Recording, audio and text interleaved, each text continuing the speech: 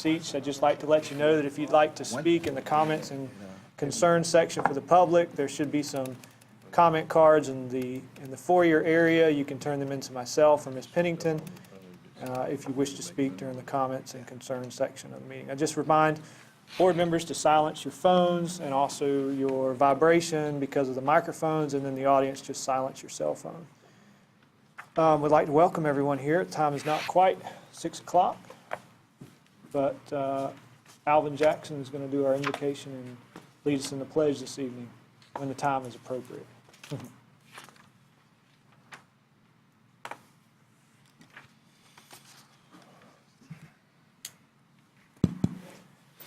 The time is now 6 p.m., and this is the regularly scheduled session of the Board of County Commissioners for Suwannee County, Florida.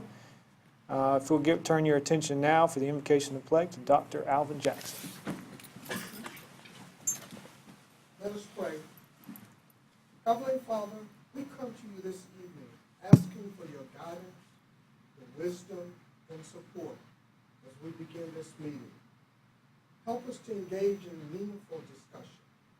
Allow us to grow closer as a group and nurture the bonds of community. Fill us with your grace, Lord God, as we make decisions that might affect the residents and citizens of Suwannee County. And continue to remind us that all that we do here tonight, all that we accomplish, is for the pursuit of truth, for the greater glory of you, and for the service of humanity. We ask these things in your name. Amen. Amen. I pledge allegiance To the flag of the United States of America and to the republic for which it stands, one nation, under God, indivisible, with liberty and justice for all. Thank you, Dr. Jackson. Moving into our agenda this evening, we'll look at item number 1, which is the approval of minutes from our March 17, 2015 regularly scheduled board meeting. Board members, are there any changes or corrections you'd like the board to consider at this time? Hearing none, I just need a motion for approval. Motion approved. Second. Motion to approve made by Commissioner Fleming, seconded by Commissioner Gamble. Is there any further discussion? All in favor say aye. Aye. All opposed, same sign. Moving into the consent agenda section of our agenda this evening, item number 6 has been pulled to be considered at a future meeting. And I am requesting, not requesting, I am pulling item number 9 to be considered at a future meeting after I receive some other information. I have a phone call in to the North Florida Community College president on another issue. I have some questions on this issue, and I've still yet to receive that, so a call back. So I'm pulling that item to be considered at another meeting. But what I need now is a motion for items, unless there are any others that any board member would like to pull, 2 through 5, 7, 8, and 10. Mr. Chairman, I'll move approval. Second. Motion made by Commissioner Wainwright, seconded by Commissioner Fleming. Is there any further discussion? All in favor say aye. Aye. All opposed, same sign. Within the constitutional officers item section of our agenda, I don't have anything scheduled, but is there any constitutional officer that would like to speak at this time? Seeing none, we'll move into the proclamations and presentations section of our agenda. Item number 11, adoption of resolution proclaiming April 16th as National Healthcare Decisions Day. And we have a representative from the Lake City Haven Hospice. We'd like to welcome up the community liaison, Lynn Sullivan, at this time.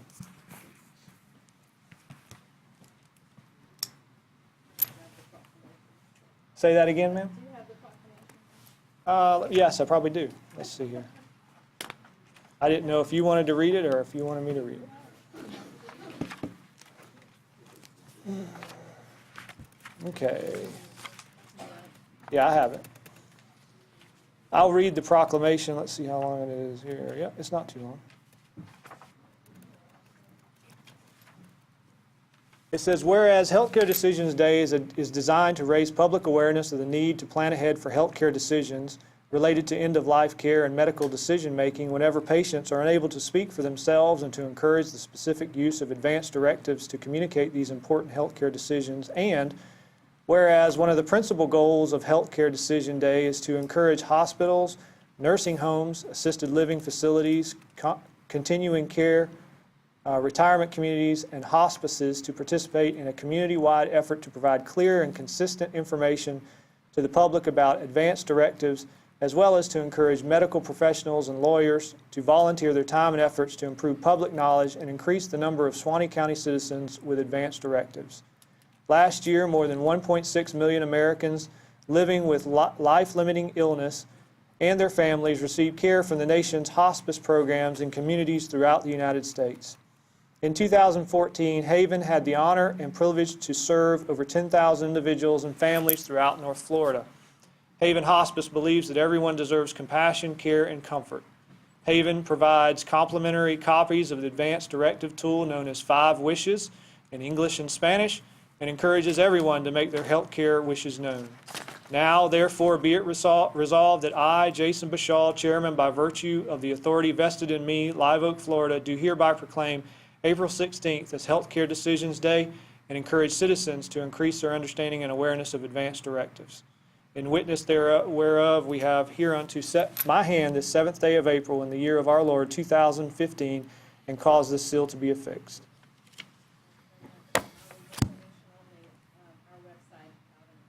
Okay, thank you very much.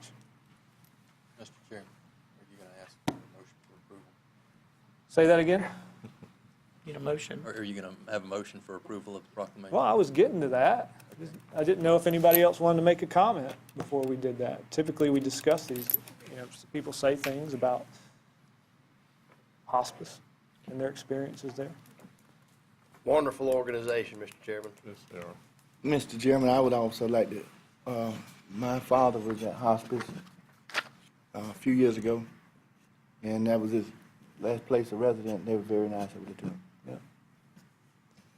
I've known several people who have, and family members that have utilized the service, and I have nothing but good things to say about them. I've had the privilege of doing some clinical rotations through hospice, and just always continually impressed by the home care side of things that they offer all the way through palliative care within their facility. It's a phenomenal organization, and one that I hope that will continue into the future. With that, gentlemen, I just need a motion. Motion approved. Second.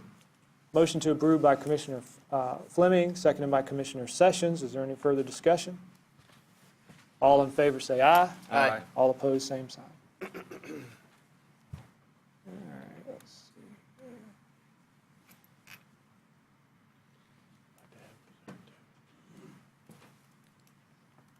We don't have any time-specific items this evening. Are there any commissioner items or any items that the commissioners would like to add to the agenda this evening? Mr. Chairman, I'd like to bring up just a couple of points, and I was going to make them at the end of the meeting, but if it's something about some noise issues from some community folks that have called me, Okay. and I can wait till the end of the meeting to bring it up, or we can kick it around a little bit right now. Well, if it's something that we need to make a decision on, we can do it right now. Well, I wouldn't ask for a decision tonight, but I because this is the only opportunity that we have to share with each other.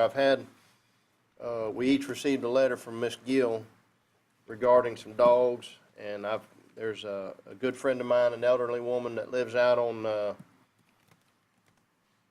at Mount Olive Road, I think. Right. Same issue, just she's 86, and just some folks have moved in several years ago, and just dogs carrying on all hours of the night and day. Ranchettes, I've had an individual that called, and they've got, and all these are ag zoned, and so there's really no limitations on what, however, what I've read, and our attorney Mike can answer some questions or maybe give us a little bit better directive. It seems like there are some areas within our zoning ordinances that allow for safety and noise. I know that it's a very subjective decision. I'm not, and I've got a couple other examples, but I won't bother to go into that, but y'all get the gist of it. I know that this has been brought up before, when I first came on the commission. And again, because it's so subjective, to go back and define and characterize what we would want to limit puts restrictions on people, and I'm not interested in going that far. But it seemingly there's some instances that have cropped up here in the last month. I've gotten a number of calls, and the sheriff's department is unwilling to, because there's no specific ordinance, the sheriff's department is unwilling to take any action. And so these folks are left with no recourse, and just, some of them just living in misery. But then again, I go back to, if from what I've read, it seems like there's a little bit of leeway that, you know, all we're doing is asking the sheriff's department to ask people to be neighborly. Mm-hmm. You know, and that's just, I know that's a lot to ask of some folks from time to time, but nevertheless, I just, you know, I want to kick that out and see what y'all's thoughts are. I mean, they're just, some of these folks are just, I'd like to see them get a little bit of relief if possible. Okay. Council, have you got any comments before the rest, everyone else says anything? Well, I wouldn't agree with you that they are left with no recourse, but they have civil recourse, you know, for that. Whether it be, you know, as a private nuisance, they can pursue that. It has to rise to a very substantial level and affect a larger part of the community to be able to, you know, pursue it as a public nuisance. But they do have private recourse. Okay, I'll share that with them when they call. That's all I've got, Mr. Chairman. Thank you, Commissioner Wainwright. Are there any others? Okay, moving into the county attorney items section of the agenda, item number 12, if you're following along, approval of final compensation for Perimeter Road Project, Parcel 10, Murray, plus statutory costs and fees. We'll turn our attention now to Jimmy Pravat, county attorney. Okay, thank you, gentlemen. As we've been moving through trying to resolve all of the perimeter road parcels, we're getting down to the issue of the final compensation on a number of the parcels. We already have title to these parcels, and we got them by the order of taking, you know, last year. But even under the order of taking, they're entitled to disagree with the county on the amount of the total compensation for each of these parcels. And we have two tonight. Actually, there will be a third one that I'll add to as an additional agenda item in a moment, to be dealing with in resolutions that we've reached with the owners pending y'all's approval. Mr. Murray's parcel is parcel number 10. Mr. Murray's parcel is north of 136, New White Springs Road. And when the taking went through his property, it actually bisected his property. Our initial appraisal cost in this matter was $51,900, which we have already deposited with the court to be able to take the property or take title to the property. Now we've reached a resolution with Mr. Murray for the value of the property and any effect that it may have on the remaining parcels, because it's been, you know, split in half. And the total sum that we've reached an agreement with him for is $82,000.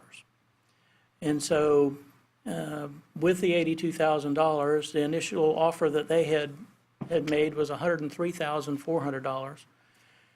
And I talk about statutory fees and costs, and before you ask me, Mr. Bowe, I'll go ahead and tell you what those are. The attorney's fees, based on that initial offer that was made, which was the county's initial offer, was the appraisal amount, $51,900. The attorney's fees that we will have to pay are $10,032.33. They have appraisal costs that they have incurred of $3,293. So if you add all three numbers together, it comes to a total damage figure of $95,325.33. Of course, like I said, we've made the deposit of $51,900, so the additional compensation, for full compensation for Mr. Murray, remaining to be paid would be $43,425.23. And Mr. Harris and I, concur that this is a good result, and we bring it before you tonight for you to approve that full compensation from Mr. Murray. Thank you, Mr. Pravat. Any questions for the attorney from the board? Hearing none. I think if we make a motion for this gentleman, we need to talk about where we're going to get the additional funds from. So keep that in mind when you make your motion.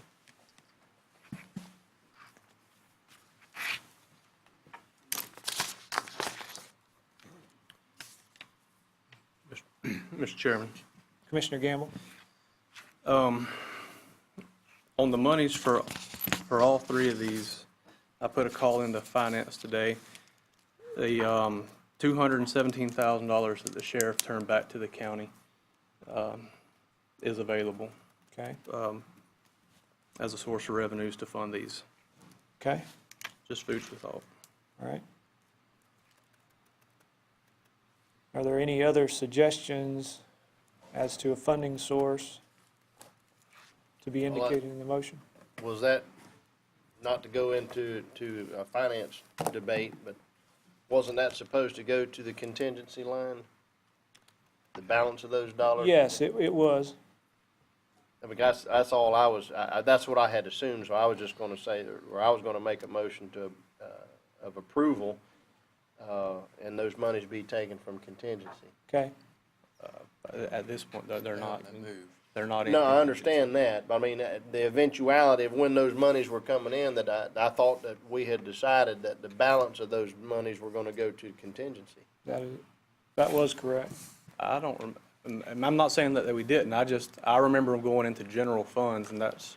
When we had a discussion some time back, we were talking about where the funds would go. We were talking about the level of the contingency, and Yeah, I remember that. I just don't remember us designate them from. Let me just reword the motion in effect that the dollars, we'll just gather those from the monies that are turned in from the sheriff's fund. Okay. There's a motion on the floor made by Commissioner Wainwright. Do I hear a second? Second. Seconded by Commissioner Gamble. Is there any further discussion? Hearing none, all in favor say aye. Aye. All opposed, same sign. Moving on to item number 13, approval of final compensation for Perimeter Road Project Parcel 22 Bernsey, plus statutory costs and fees. We'll turn our attention to Jimmy Pravat, County Attorney. All right, thank you. We now are addressing parcel number 22, Mr. Bernsey. Mr. Bernsey's property is located at the corner of 101st and Old White Springs Road. He had a 10-acre parcel there along with his homestead. We have, the county appraiser initially appraised it to have a value of the taking of $2,000.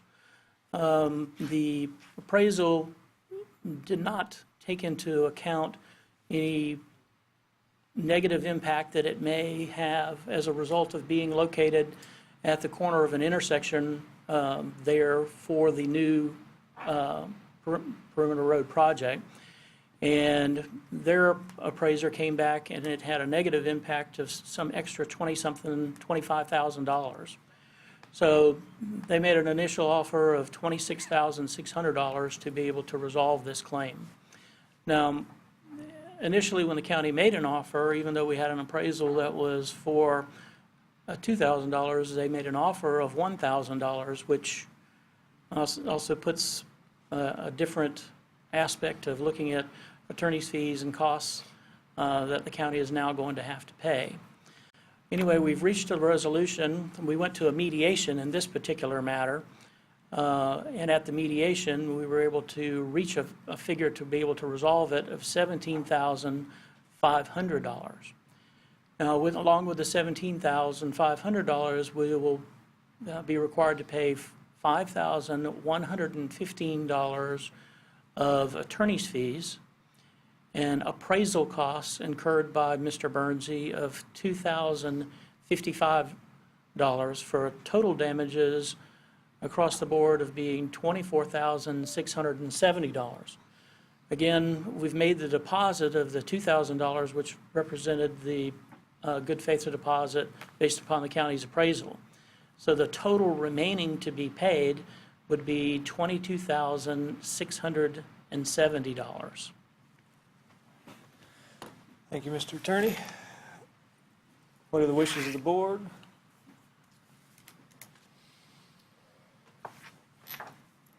Mr. Chairman, I'll make a motion to approve.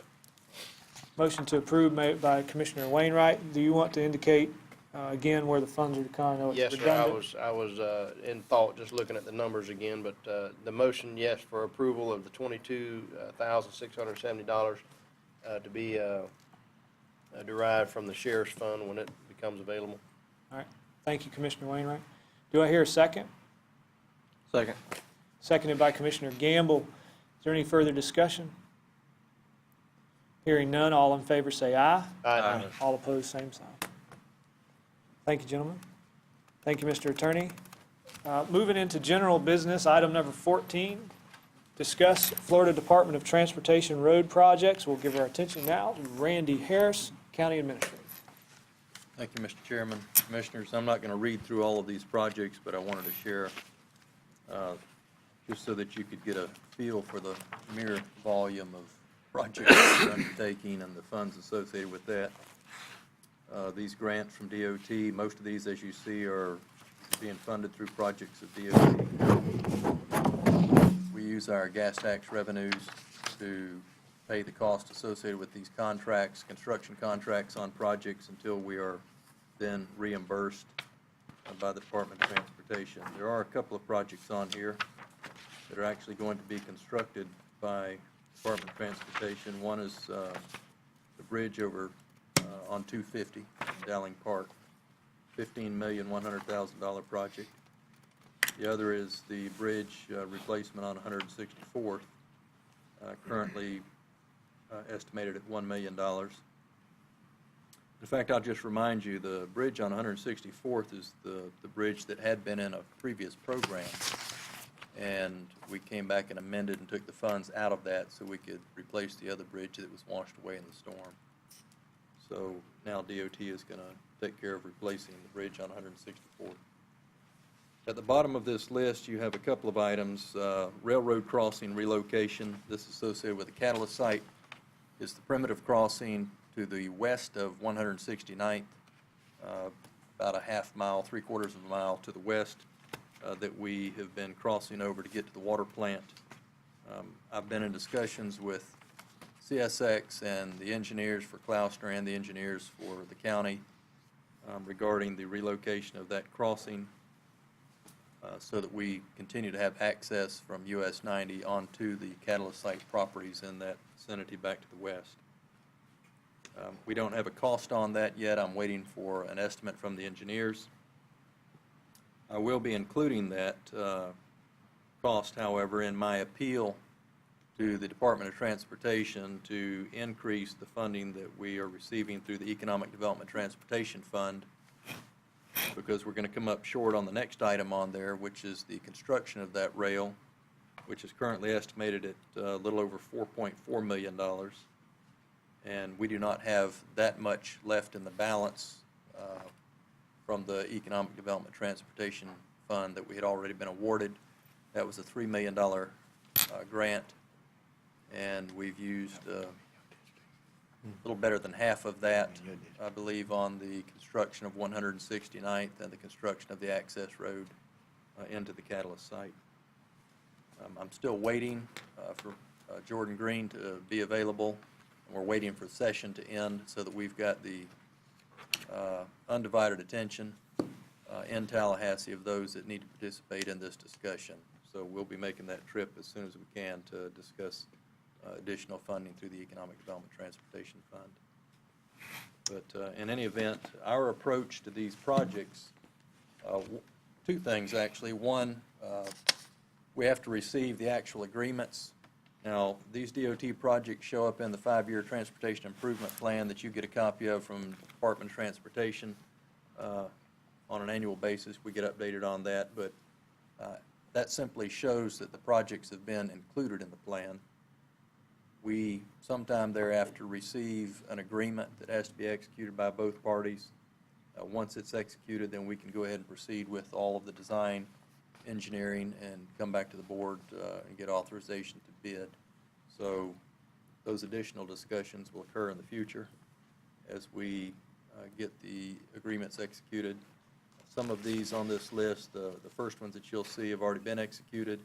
Our approach is to take care of those projects and prioritize them based on the deadlines in the agreement so that we don't exceed those deadlines. We have requested extensions on some of them because some of these projects have been in the process for so long. One that we're hoping to get finished up on the approvals on the plans is Perimeter Road very soon. The plans are supposed to be completed. They haven't been reviewed by DOT yet. That will only occur after our meeting, hopefully tomorrow. Mr. Pravat and I have that final meeting in the courts. So we'll finish that up, and then we can demonstrate that we have ownership of all of the right-of-way. The other smaller issue right now is the Water Management District is continuing to review those plans. There's one item left on there that is associated with some wetlands along that route. Do you have any questions on any of these projects, Commissioners? This was simply an opportunity to just update you on where we are on some of them. Like I said, the ones at the beginning of these lists are the ones that are really we're pursuing right now. I will point out the second item on here, Voiles, is that portion of 80th Terrace as you come back toward the city limits, that portion that's actually in the city limits.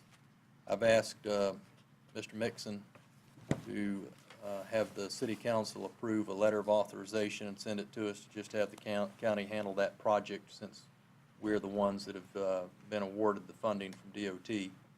So they should entertain that next week and then forward the letter to us, at which time we can go ahead and go to bid.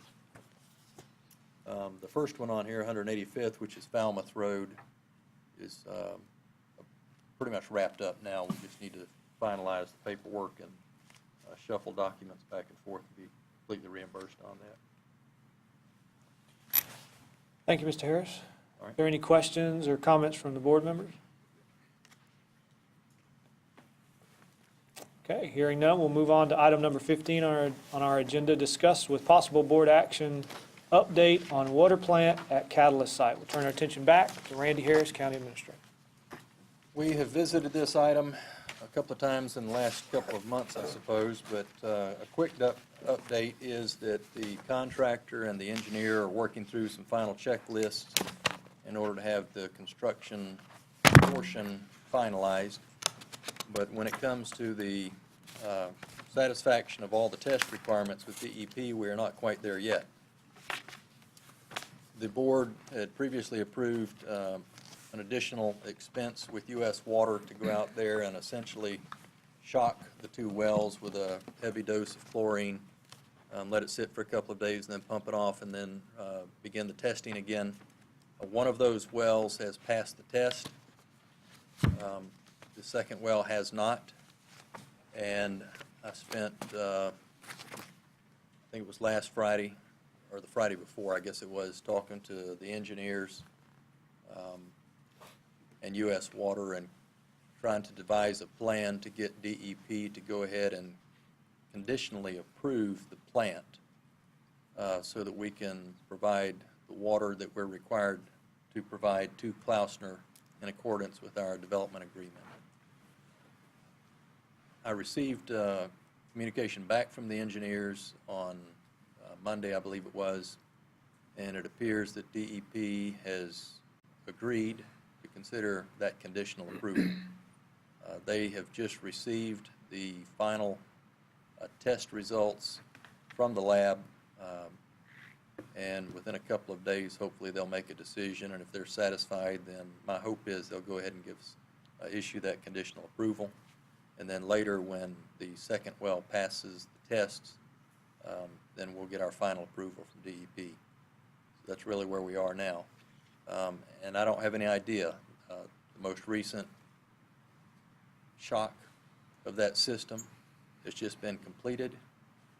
They're going to pump that off now and then begin the testing again. They didn't complete all of those tests with this last round because after the first couple of tests they realized it was failing, so they stopped. And they've shocked it again with a higher volume, a higher concentration, and a greater duration. Let it sit much longer. So my hope is that it passes now. I would just say, and I'm hoping this doesn't happen here, but in the past I've had an experience where it took months to get a public well to pass these tests. So it's just, it's the kind of thing you have to approach on a daily basis and hope that you win.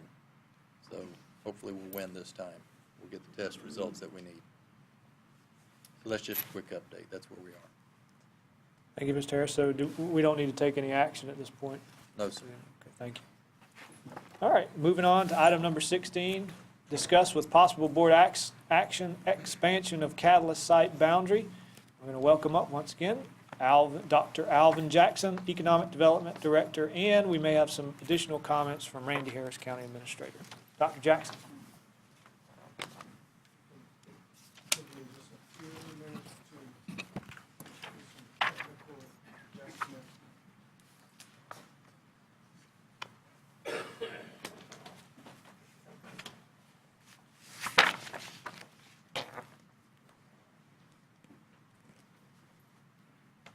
One more time. One more time, yeah.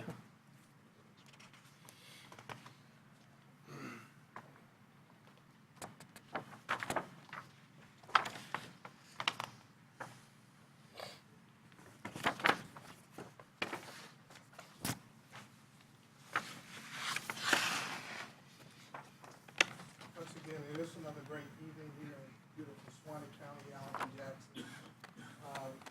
Just want to briefly discuss the proposed catalyst site expansion. Before that, I'd like to just really thank and acknowledge a few folks that really worked on this project. You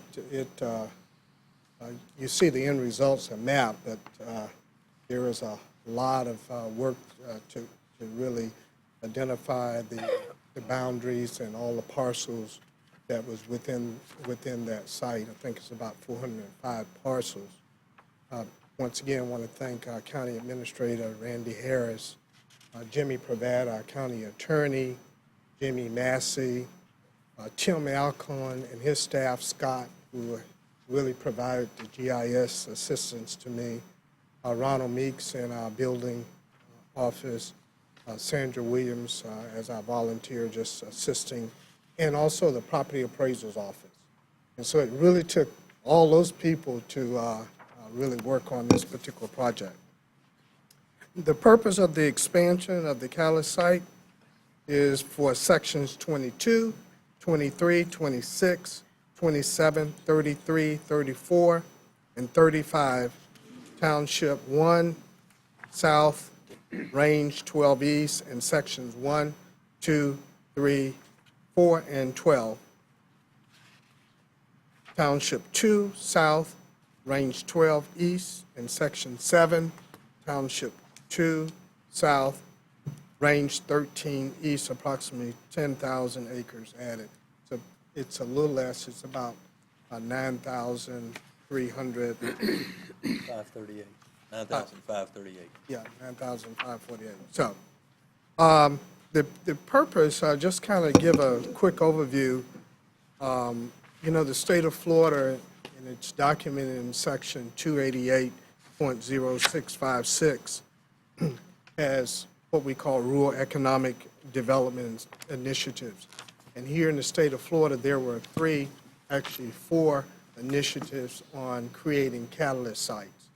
Suwannee County was one of the sites, and actually we're the first one that has developed project, and that's being Klausner. And basically the infrastructure is being constructed as we speak. But the purpose of the Catalyst site was really to recognize that rural communities and regions such as ours face extraordinary challenges in the efforts of significantly improving the economy, especially in the terms of personal income, job creation, average wages, and strong tax bases.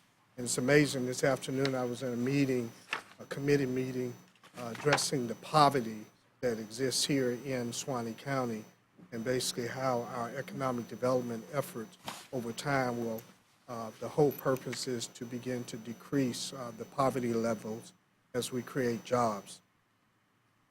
So the Catalyst site, it's a parcel or parcels of land within a rural area of critical economic concern, which is Suwannee County, that has been prioritized as a geographic site for economic development through partnerships with the state, regional, and local organizations.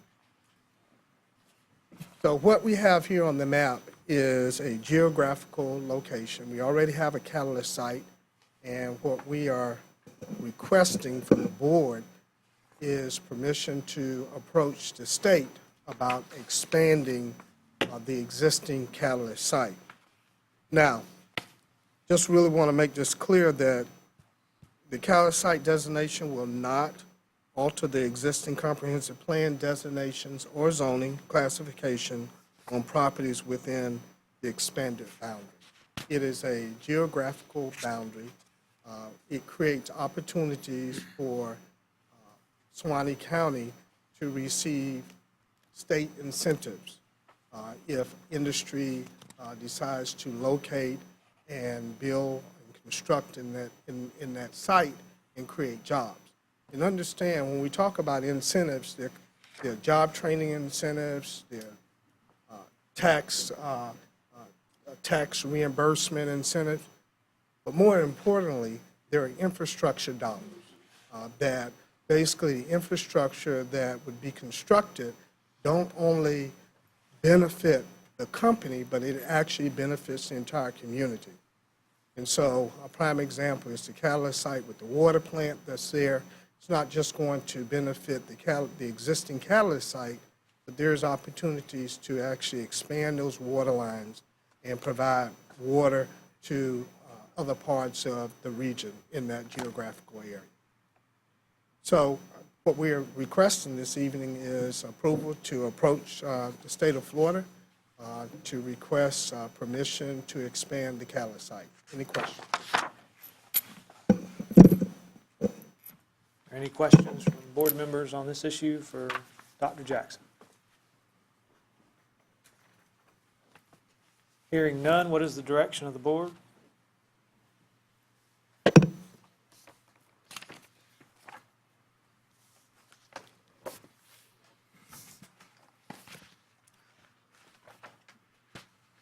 Mr. Chairman, I'd make a motion that we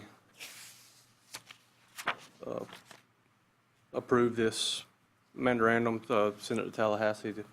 I hope that they would increase the size of the Catalyst site. Thank you, Commissioner Gamble. Motion on the floor by Commissioner Gamble. Is there a Second, Mr. Chairman. seconded by Commissioner Wainwright. Is there any further discussion? Mr. Chairman, Mr. Harris?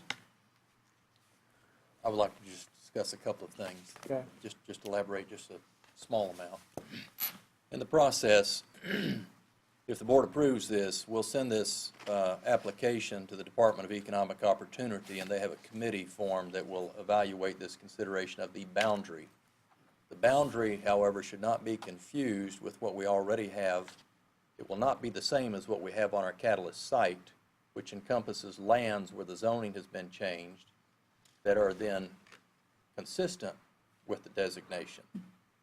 This boundary will not have properties with zoning that are consistent with the Catalyst site designation until such time that a property owner within that boundary might come back to the county and make application to change their zoning and their comprehensive land use designation. So those additional steps would be required, and they would require all of the public hearings that this board is familiar with in order for that to occur. So there would not be any impacts to property owners out here or adjacent properties without it going through the entire public hearing processes that are otherwise required for zoning changes and comp plan designation changes. I just wanted to share that with you. Mr. Chairman, I have a question too. With all these parcels in on here, and Mr. Harris and Mr. Jackson, some of them, you know, looking over them, if they plan, I mean, I know that for economic development, and I understand that, but if some of these individuals were to challenge this, would they be excluded from condemnation? This is not a condemnation proceeding. This is just simply a designation of a land outline to be considered as part of the catalyst designation to be able to, as Mr. Jackson explained, you know, to be eligible for other incentives out there. This has nothing to do with the county going and wanting to be able to buy these properties, no condemnation actions, or whether or not the people are even interested in selling the property, you know, or not. This is a simple designation of a particular area to try to get economic incentives as a result of this area. You may, over the years, have been familiar with a few things, you know, where you talk about that you've had, you know, a HUD zone, or that you had an enterprise zone. It's not that you go out there and you've designated an area, but it doesn't change the use of that property in there. This is the same type of similar situation. It's just a different designation to make it eligible for different incentives. I might add, it'll be unaffected by the property appraiser's office. Correct. That's always the concern, isn't it? It's always on the top of my list, yes, sir. Carrying costs. Okay, gentlemen, there's a motion on the floor as the record reflects. Is there any further discussion or questions at this time? Hearing none, all in favor say aye. Aye. All opposed, same sign. All right, moving on to item number 17, additional agenda items. I have 4 additional agenda items. Are there any others that the board members would like us to consider at this time? Hearing none, I'll read the additional agenda items into the record under item number 17. Number 1, approval of final compensation for Perimeter Road Project Parcel 8, which is the box parcel plus statutory costs and fees. Number 2, discuss with possible board action Klausner Lumber 1 LLC request for release of county's lien on Klausner property at Catalyst site pursuant to terms of the development agreement. Item number 3, authorization of chairman's signature and approval of Catholic Charities Bureau submission of emergency solution grant application. And item number 4, adoption of resolution proclaiming April as Water Conservation Month. We'll move back up to item number 1, approval of final compensation for Perimeter Road Project Parcel 8, box plus statutory fees and costs. We'll turn our attention for this item to Jimmy Pravat, County Attorney. Thank you. This item is similar to the ones that I just went before, except that I wanted to go ahead and bring this one before the board before our next meeting, because we were able to mediate this matter in short order, and so that we can just proceed on down the road. This parcel is Mrs. Loretta Box's parcel. This parcel is located at on the south side of the new White Springs Road 136, and the county had an initial appraisal of this property, is it not being affected, of being $4,200. County made an initial offer of $3,000 based upon that appraisal, but we went to the original order of taking hearing, and the county put up the good faith deposit of $4,200 to be able to acquire the property. Again, this is not an acquisition of the property. The county already has it. This is one that we're moving forward with. And this deals with only the final compensation all the way across the board for her full compensation for being able to take her property. The property was appraised by Mrs. Bach's appraiser, and all of the effects that we may have upon her property at $125,000. Mr. Harris and I entered into a mediation with Ms. Bach and her counsel, and we were able to reach a resolution on this particular parcel at $35,000 as opposed to $125,000. The appraisal, as it was done by the other folks, talked about differing effects that it may have, and there were some, again, adverse effects that may occur to this property because it is, again, going to be located, presently intended to be located at the corner of a stop sign, and so there may have been some negative impact upon the property. Well, when you take into what we've reached as a resolution at $35,000, again, attorney's fees based on that offer, that resolution would be $10,000 at this point. So what I'm looking for at this particular point is just to approve the amount of the taking and the amount of the attorney's fees. The appraiser, when he did his job for the landowner, he has submitted a fee structure that would be around $20,000 for doing this particular appraisal. I was floored, and after I got off the floor laughing, I decided that we were still be able to deal with Ms. Box to be able to resolve her compensation issues, but I could not agree under any circumstances to agree to the appraiser fee that she has incurred. Although we are statutorily obligated to pay her appraisal costs, we are only statutorily obligated to pay a reasonable statutory fee. And Mr. Harris and I both agreed that we didn't feel this was a reasonable fee that he was seeking to get from the county. So what we've agreed to do in this particular parcel, in agreement with Ms. Box, is to go ahead and resolve her compensation issues, but preserve for the court to determine what is a reasonable fee to be paid to the appraiser. Those are called supplemental proceedings, and we'll just do that at a later date.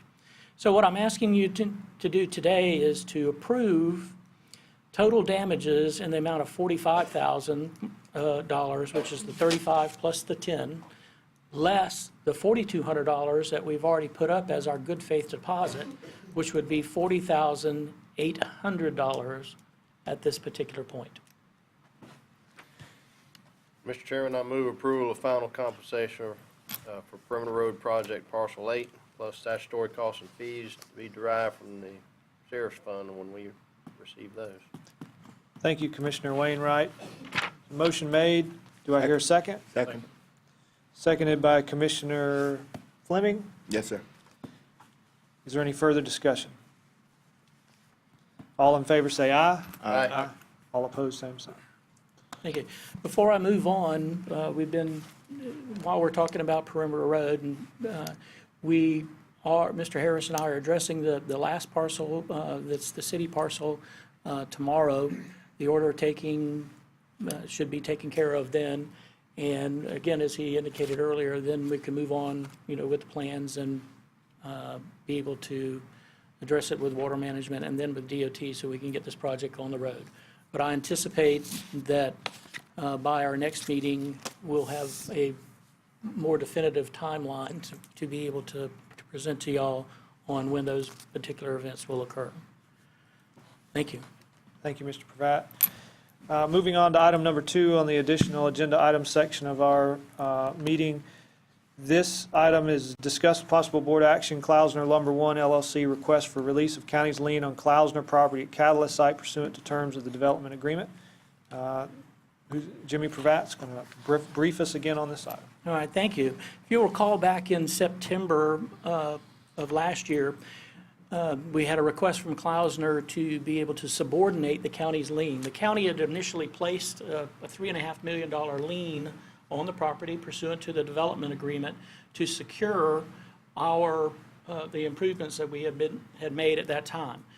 Pursuant to the agreement back then, in September, we were required to subordinate to them once they got their construction loan and everything all in place, and that's what we've done.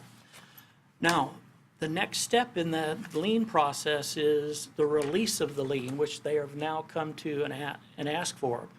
That pursuant to Section 2.2 under the agreement, we're required to release the county lien once they have officially opened up and they have the 86 FTEs, on site. We were informed that they have greater than that, at this time, and so pursuant to the contract, I would ask you to approve the particular release form that, to release it. I've got a particular release form that I have here. It was initially prepared by counsel for Klausner, and I've done some tweaking on it, so I'm okay with the form that's attached to the additional agenda item. Thank you, Mr. Pravat. So just for clarification, FTEs is full-time employees? Yes, sir, I'm sorry. Full-time employees, and they have exceeded the number that was required by the agreement pursuant to the development agreement. Are there any questions for the attorney from the board on this particular item? Hearing none, what are the wishes of the board? Mr. Chairman, I'll move approval of release request, to grant request for release of county's lien on the Klausner property. Motion made by Commissioner Wainwright. Do I hear a second? Second. Seconded by Commissioner Gamble. Is there any further discussion? Hearing none, all in favor say aye. Aye. All opposed, same sign. Moving on to item number 3, Thank you, gentlemen. Thank you, Mr. Attorney. Authorization of chairman's signature and approval of a Catholic Charities Bureau submission of emergency solution grant application. I don't have anybody who's addressing this issue, but I hope that the board has gotten all their questions and comments answered, or questions answered. Prior to the meeting, I don't see a representative here unless there is one. Can you give us a summation of what the request is? Sure. Give us an idea of what's going on. We received a certification of local government approval for nonprofit organizations for an emergency shelter through the Catholic Charities Bureau. And let's see, the email that we got from this particular organization from a Suzanne M. Edwards says this is a grant for our residents for Suwannee County, $76,358. If awarded, we need your signature as in past years. And I think what it says is this certification solely warrants that the jurisdiction has agreed to allow the nonprofit organization to seek the grant to be able to serve citizens in need who reside in this jurisdiction. This certification places no responsibility or liability upon the local government jurisdiction related to the nonprofit's performance of grant-funded activities in our jurisdiction.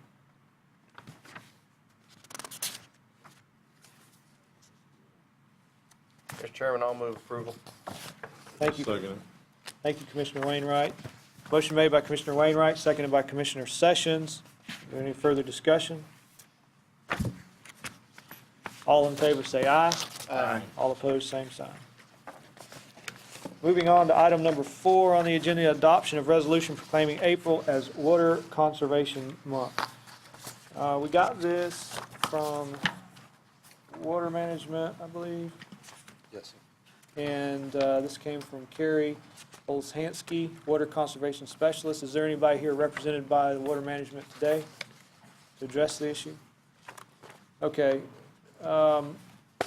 In the email, it says blah, blah, blah. It says in 2015 marks the 17th year anniversary since April was first established as Water Conservation Month in Florida. During this time, we have made great strides towards understanding the impacts of water efficiency and water conservation programs. To recognize these efforts, the FSAWWA and Florida's water management districts are once again asking local governments, water utilities, and other organizations to adopt a resolution or proclamation declaring April as Water Conservation Month. So it says adopting such a proclamation provides an opportunity to increase public awareness about the importance of water conservation and of following year-round water conservation measures.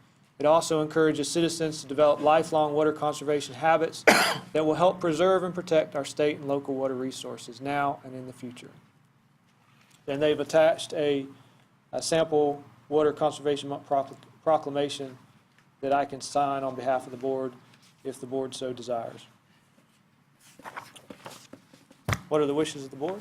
Mr. Chairman, I'll make a motion, we accept the proclamation. Motion to approve made by Commissioner Sessions. Do I hear a second? Second. Second made by Commissioner Wainwright. Is there any further discussion, gentlemen? All in favor say aye. Aye. All opposed, same sign. All right. Item number 18 on our agenda, public concerns and comments. I have received none this evening, gentlemen. I'll give you an opportunity.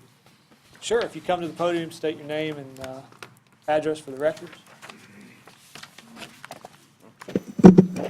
Peggy Duncan, I'm on 181st Road. I just wanted to ask Mr. Harris another question about expanding the boundaries of the catalyst site. This list of all the residents, has that notice already been mailed to those people, or does that come after the state gives its okay to do that? Or was this even necessary? It isn't necessary. We're just informing everyone so we wouldn't be faced with a bunch of questions about who's in this thing. The boundary does not affect anyone's property, period. Here's what will happen. This is unlike a comp plan amendment, and it's unlike zoning. This is simply a delineation of an area that makes properties candidates within that delineated area. So if a property owner has a desire to change to a catalyst site zoning, they have the opportunity to do that. They wouldn't be able to do that outside that delineated area in some other part of the county. Okay, but didn't you get the catalyst site zoned with catalyst site intensive or something like that? It had a new category? We did. Now, would the types of businesses that would be allowed under that classification, if, let's say they had a wrecking yard or something like that, the people that are included on this list, let's say a neighbor said, well, I'm in the catalyst site boundary now, I want to put this, pulp mill or, wrecking yard out here, would that change the classification automatically on their property to that, or would they have to petition the board and go through the whole process? They would have to go through the entire process. When we created that zoning classification, it was only overlaying the existing site, the 500 plus or minus acres. And that will continue to be the same even when we move the boundary. That zoning classification will only affect that original 500 plus or minus acres. It will not affect all of these other properties that are listed on that sheet. If one of those property owners on that sheet has a desire in the future to entertain a change or come to this board with an application for a change in their zoning to a catalyst site zoning. Wouldn't it be easier since it's within the catalyst site boundary to achieve that? I don't have any reason to believe that it would be easier because they would still have to go through the public hearing process. It would go to the Planning and Zoning Commission, and everyone else would continue to participate in the regular zoning change process. I can only tell you, though, that if a person outside of that boundary wanted to apply for that change, they could not do it. They would not be a candidate. It would only be a candidate property if they existed within that boundary. But they would still have to satisfy all of the other requirements that are undertaken in a regular zoning change application and all the public hearings. So anybody that's included in that area, like, as you said before, it doesn't change the way their property is classified, but if their neighbor wants to sell their property to Klausner and they want to put a pulp mill up there, then they could petition the board and try to get their zoning classification changed, right? So it does, I mean, there has to be a bigger reason that for some reason I'm not catching why you want to expand the boundaries of it to be so large. It's still, you know, he said grant money and other things that come along with it, but it just, I don't know, it just makes me nervous as a property owner, and I'm not even included in it, but I'm nervous for the people that are. I'll just tell you this. We have to make applications for grants in order to expand. For instance, the most recent application, which is a repeat application, actually was to expand our water main, construct a new water main, leaving the designated catalyst site, leaving that property that is a current designated catalyst site, and running parallel with US 90 back to the east side of that interchange. And we're outside our catalyst site. So when we're filling out grant applications, a lot of these applications will ask us to identify the benefit. Well, the benefit is that we believe that economic development is coming to that interchange. And the next question is, well, is it currently designated a catalyst site or within a boundary? And we answer no. So all we're doing is trying to take the steps that might enhance our applications for grants. But it isn't going to alter anyone's property rights. They'd have to go through the process. And then we would invite you and others with similar interests to come and speak when those applications come, if they come. Okay, I think that clarified it. Thank you. Thank you. Thank you, ma'am. I would remind everyone here that Alvin Jackson is available and has an extensive knowledge of this, so you feel free to bend his ear a little bit. And then the other side is that this board adopted particular uses within that catalyst boundary in the past, as you'll recall. And so I don't know that pulpwood was one of the uses. So we've targeted like 5 different industries that we would like to locate within there. So we would hope that economic development would focus on those uses that we've approved. All right, anyone else? All right, moving on to item number 19, administrators' comments and information. Randy Harris, got anything? Just quickly on the railroad, what's been communicated to me as of yesterday is that we should anticipate 90% completed plans on our railroad at the catalyst site first part of May. So that's good news. That means that Klausner's railroad engineer, our engineer, and CSX are in agreement, at least on the preliminary design. So I'm anticipating those plans very soon. Thank you. Thank you, Mr. Harris. Are there any questions or comments from the board to Mr. Harris? Hearing none, I will move on to item number 20, board members' inquiries, requests, and comments. Gentlemen, anybody got anything? Want to jump right out there? I don't have any. None, Commissioner Flint? No, sir. How about you, Commissioner Sessions? For those that can't find my phone number, it's 386-364-9118.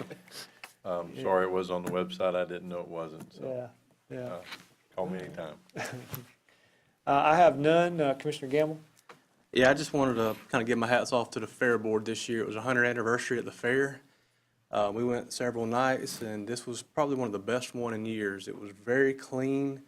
The people running the rides were dressed very professional, trimmed up nice and neat, and I was very impressed with it this year. So forgive me for not remembering which board member sits on that committee or fair board, but Sessions. good job with the fair this year. Tim Alcorn and the rest of the gang that ran it, they did an excellent job. Also, on another note,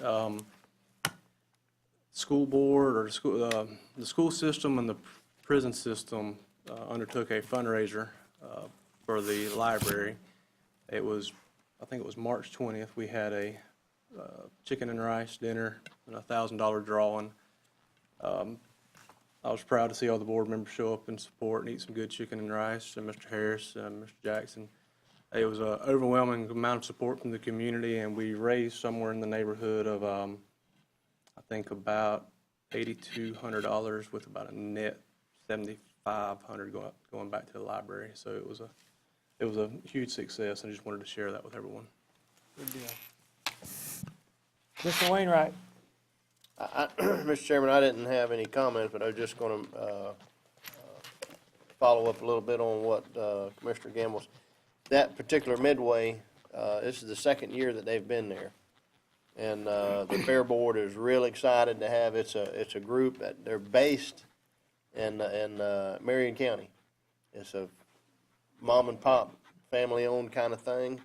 And they start here and move up the country each year, and but they just absolutely, they're just plumb excited to have them on board. They do a good job, and as evident what we saw, the kids, I was just going to say the youth shows, all of the livestock shows, everything that was going on there were just phenomenal. Every year I just enjoy going up there and seeing our youth. Well, I tell you what, we got some great kids in our community. We really do. And it's a good sight to see our kids getting out and working and doing some things, and even being involved. The FFA was involved with some community events that were being hosted by the Fair Board there on the fairgrounds, and so it's great to see. Good deal. Well, I sit on the TDC board, and the TDC board gave them, the Fair Board, $5,000 this year to help with their marketing stuff, so happy to say that as well. Jason, I got one more comment. Yes, sir. Commissioner Sessions. The Fair Board, they do, well, the people that run the fair do a fantastic job. They're very well coordinated, but if it wasn't for a lot of the efforts of the county and the county road department helping out, the new fencing that went up and all that other stuff too, I want to give the county some props for that too, because they did a lot of good and cooperated very well with the people that are running the fair. So it just all worked very well together this year. All right, good deal. Mr. Chairman, I don't know if we've done this yet, but our new health department director is in the audience tonight, officially. All right. Mr. Kerry Waldron. We'll welcome him up. Just a few comments, if I could. I want to echo your sentiments about the fair. I thought it was a great opportunity. If you missed the goat show, you missed a lot of entertainment. I happened to be the MC that night, and it was a great occasion to watch a 3-year-old getting pulled around the ring by a 60-pound goat.